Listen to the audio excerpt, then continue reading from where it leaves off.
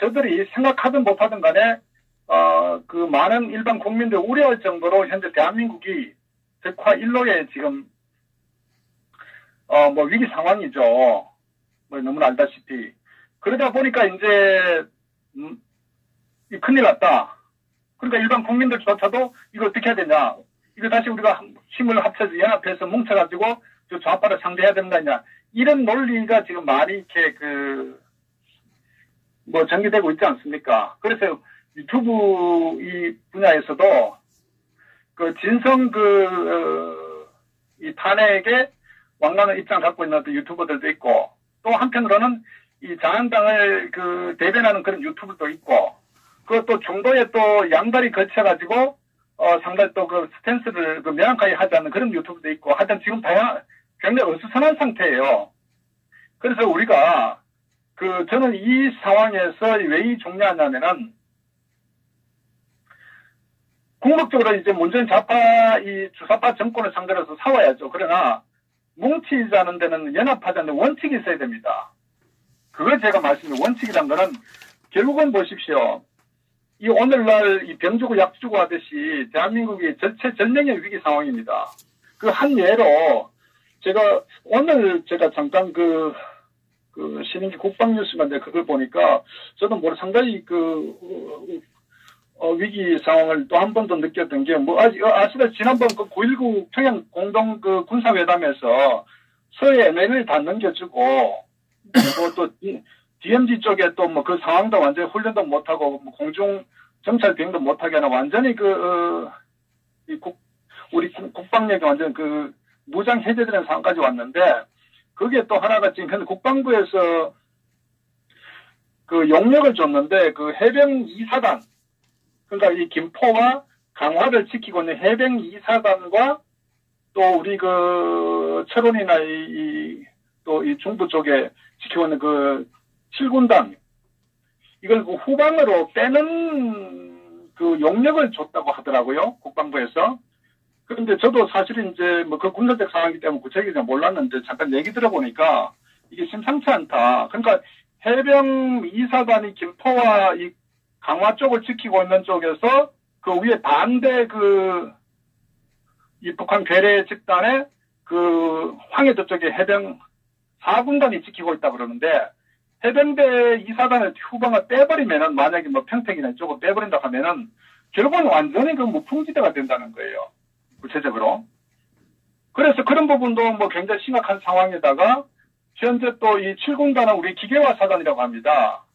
이 탱크나 이런 기계화 사단인데 그 기계화 사단이 북한이 이제 우리가 전쟁이 일어났을 때 이 GOP가 일단 이 휴전선 근데 군인들이 방어를 하는데 그게 무너지면은 그 뒤에 이제 예비사가 있지 않습니까? 대부분 군인들이 이제 우리가 가면은 예비사에서 훈련 거기서 방어를 하는데 거기가 만약 무너지면은 결국 이제 이 서울을 지키는 마저 보루가 이 7군단 수기사나 8사단이나 이런 기계화 사단이 방어를 하는데 이걸 후방으로 빼버린다는 얘기는 저는 상식적으로 보면 납득을 할 수가 없는 거예요. 어쨌거나 이거는 그냥 갖다 바치는 거예요. 자, 그러면 오늘날 현재 대한민국 이미 알고 있지만은 그러나 보다 구체적으로 이런 안보 상황이 구체적으로 좀 무너지고 있다. 결국 이 상황이 어디서 출발한 겁니까? 탄핵 아닙니까? 그러면 저 정치꾼들이 자기들의 정치적 사욕을 위해서 멀쩡한 우파 대통령을 탄핵시키고 그럼 탄핵시키면 그 다음에 대선이 일어나면은 자기들이 대선 당선될 거라고 기대했을까요? 그러니까 저는 아무리 생각해도 이들은 우리가 이완용이가 조선을 일본에다가 팔는 게 마찬가지로 저는 우리 이완용보다 더 나쁜 놈이다. 현 자유대한민국을 북한 공산 괴뢰 집단에 상납할 수밖에 없는 그런 상황을 만들어준 부역자들이 이 탄핵 세력이란 말이죠.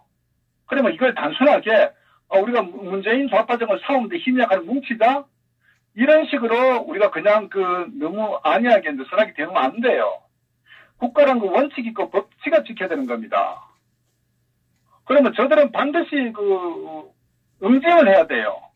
그래서 저는 그런 측면에 있어서 우리가 뭐 연합을 하고 다 좋다 이거죠. 뭐 상황에 따라서 뭐 신당이 창당돼 다 좋은데 거기는 반드시 원칙은 이 탄핵을 주도한 부역자들 62명 뭐 60명 이런 얘기도 나오는데 이 세력들을 명단을 동판에 새겨야 된다. 저는 이렇게 봅니다. 왜?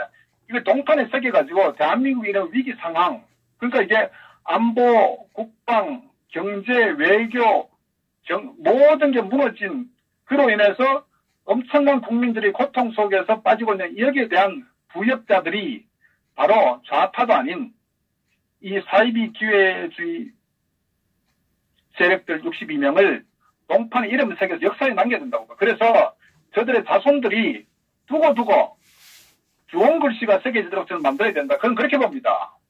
왜? 저들이 행한 어떤 그 한 표 한 표 이 탄핵의 부역은 이 단순하게 탄핵에 부여한 법치의 질서 문제가 아니라 대한민국을 송두리째 공산 집단에 넘기는 그런 부역자 역할을 했다는 겁니다. 그래서 이건 그냥 두면 안 돼요. 이거는 단순하게 뭐 어떤 뭐 강도 어떤 그런 그 형사적 어떤 그런 문제가 아니라 상황에 따라서는요. 만약에 좌파들의 뜻대로 종전선언이 되고 한미연합사가 해체되고 주한미군 철수되고 예를 들어서 좌파들 뜻대로 연방제로 간다고 했을 때 우리에게 다가올 수 있는 것은 제2 월남 공산화 같은 그 가능성도 전혀 배제할 수는 없다는 거예요. 그래서는 안 되겠지만 그만큼 이 대한민국의 많은 국민들이 이 탄핵을 주도한 저 세력 때문에 뼈아프게 두고두고 통곡할 상황이 생길 수 있다는 거죠. 저는 결과를 떠나서 현재 우리가 겪고 있는 이 상황만 보더라도 저 탄핵을 주도한 세력들은 반드시 저는 처치해야 된다.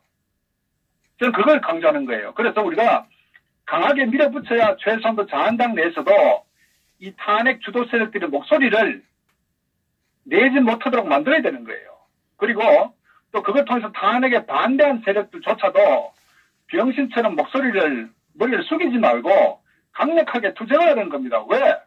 잘못된 것에 대해서는 좌파들은 어떻게 하든지 어떤 선동해가지고 없는 죄도 만들어가지고 탄핵 프레임을 씌워가지고 결국 우파는 그 국정농단 집단이라고 국민들에게 자꾸 이제 인식화시키는데 거기에서 싸우려면요. 우리는 우파를 상대로 해서 우리 편으로 만들어야 돼. 좌파 40%는 버려야 되는 겁니다. 광주 가서 표온다고 그런 어리석은 짓 하면 안 돼요. 우리가 우파를 상대로 해서 우파를 일단 1차적으로 뭉치도록 해야 되는데 그 우파 뭉치는데 전제가 말씀드렸다시피 이 탄핵이 잘못됐고 선동에 놀아놨고 일종의 좌파들의 반란과 이 사이비 기회주의 이 배신자들의 집단으로 인해서 결국 우파가 몰락됐다는 것을 이런 인식을 강하게 심어줘가지고 우리가 정면 돌파해서 탄핵을 원점으로 돌리는 게 저는 가장 첫 번째다. 그 다음에 중도로 세력을 확장하고 이런 문제지 그냥 어떤 이런 문제점 정말 말도 안 되는 이런 실체도 없는 이런 원인에 의해 가지고 결국은 이제 또 탄핵에 대한 부분을 그냥 넘기자?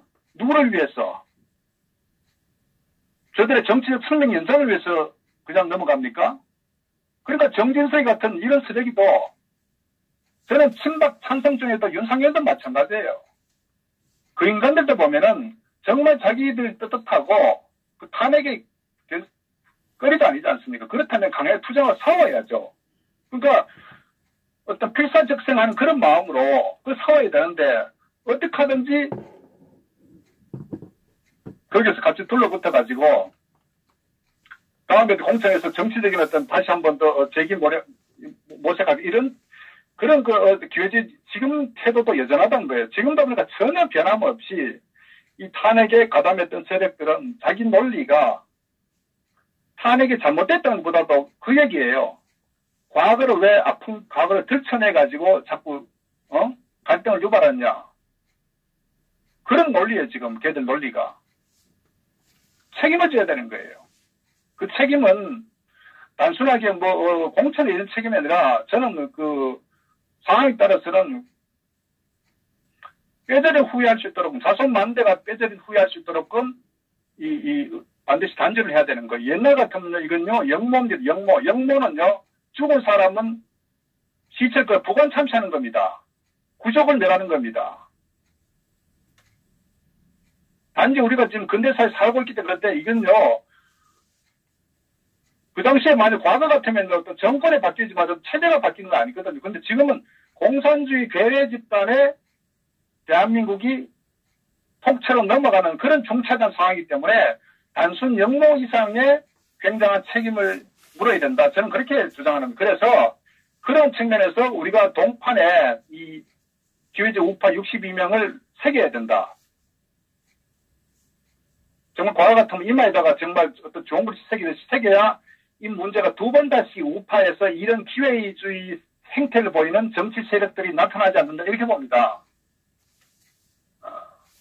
그래서 저는 이런 위기 상황도 되지만 오히려 이런 기회를 통해서 두 번 다시 정치를 하려고 하면은 돈을 벌려면 사업을 하고 정말 어떤 명예를 하려면은 뭐 다른 직업을 해야지 정치는 목숨 걸고 정말 어떤 자기의 가치 실현을 위해서 투쟁하는 그런 저는 공간이라고 보고요. 그래서 그에 대한 국가관이나 애국심이 없는 작자들은 전부 다 사라져야 됩니다. 그래서 차제 정치를 왜 하는지 이런 인식이 저는 한번 생각해보고 국민들도 이 정치꾼들에 대해서 거기에 놀아나서는 안 된다. 특히 자유대한민국이라는 것은 이 북한 괴뢰 집단과 이 마주보고 있기 때문에 이런 측면에서 어떤 철저한 그 안보 의식과 국가관 애국심 이런 측면을 뼈속 깊이 갖고 있는 그런 사람들이 정치를 해야 된다. 저는 그러고 봅니다. 그렇기 때문에 기존의 어떤 정치꾼들은 반드시 저는 박멸해야 된다. 이렇게 생각하는 거예요. 네.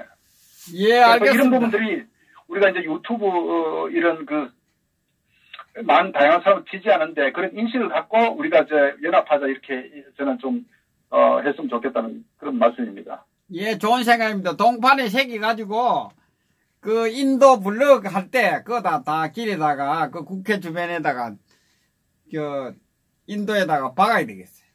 그러니까 저들이 겁을 내는 걸 해야 돼요. 부끄럽고 정말 자식들에게도 부끄러운 저들의 행위가 그래서 그 부분에서 스스로 어떤 자기 반성하고 양심 고백하고 어떤 그런 인간들이 최소한도 나오도록 우리가 압력을 가해야 된다. 저는 그렇게 생각합니다.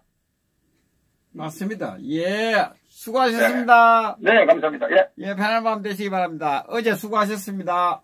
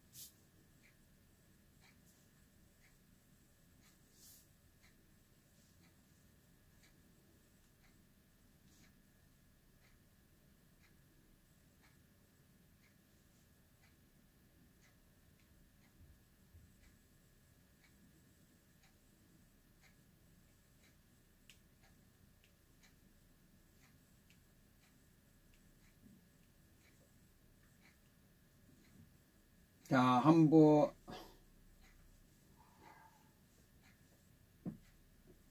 전화를 한번 받아보겠습니다.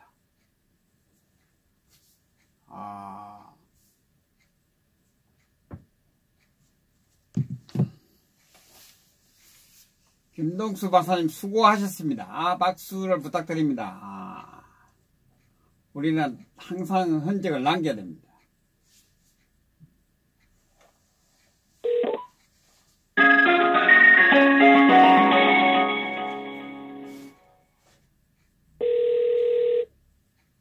예, 안녕하십니까. 예, 안녕하세요. 아유, 오늘 오랜만입니다.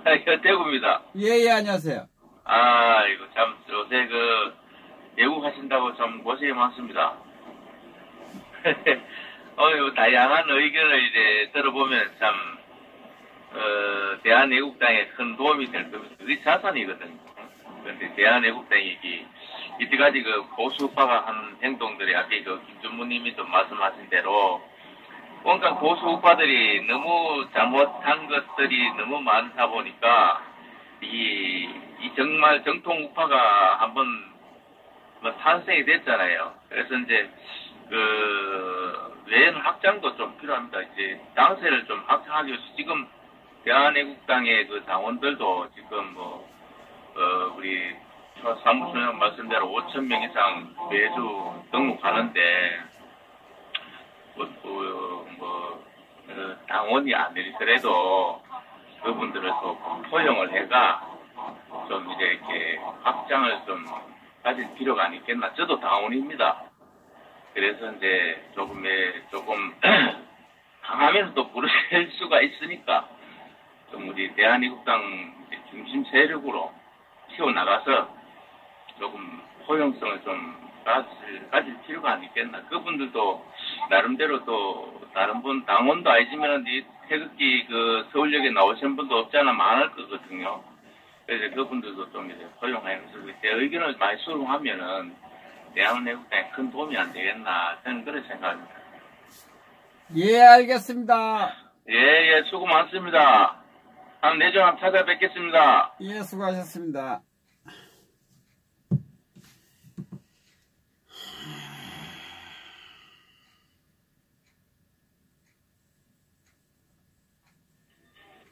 예. 여보세요? 예, 허유세 TV입니다. 네네네. 아이고, 허준 대표님 안녕하세요. 저 울산의 김기봉입니다. 석유공사 노조위원장 했던. 예. 아이고, 요즘 보니까 활동이 좀 뜸오셔가지고 한번, 무슨 활동이 뜸하다고요?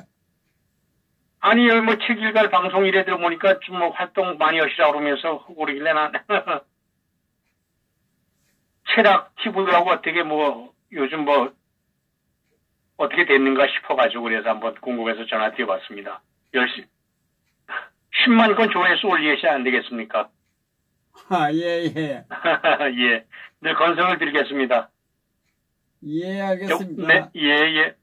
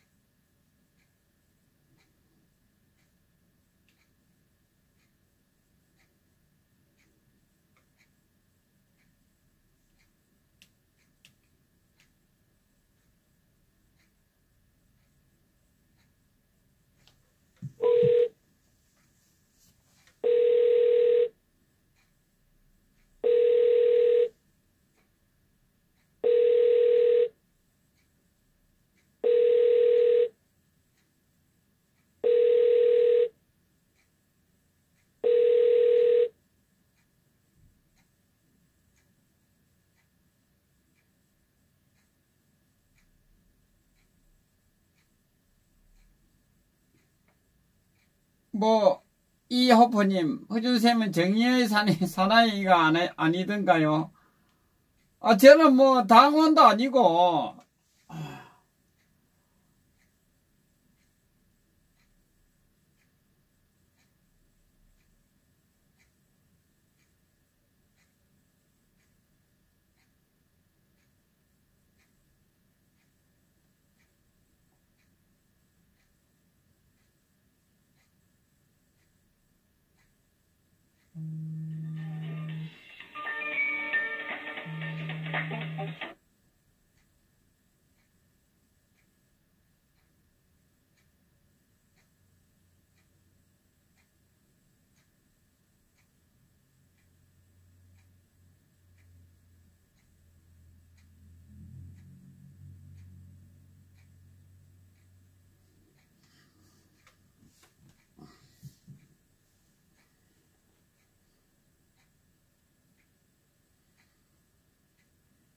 자, 박준 박사님을 연결해 보겠습니다.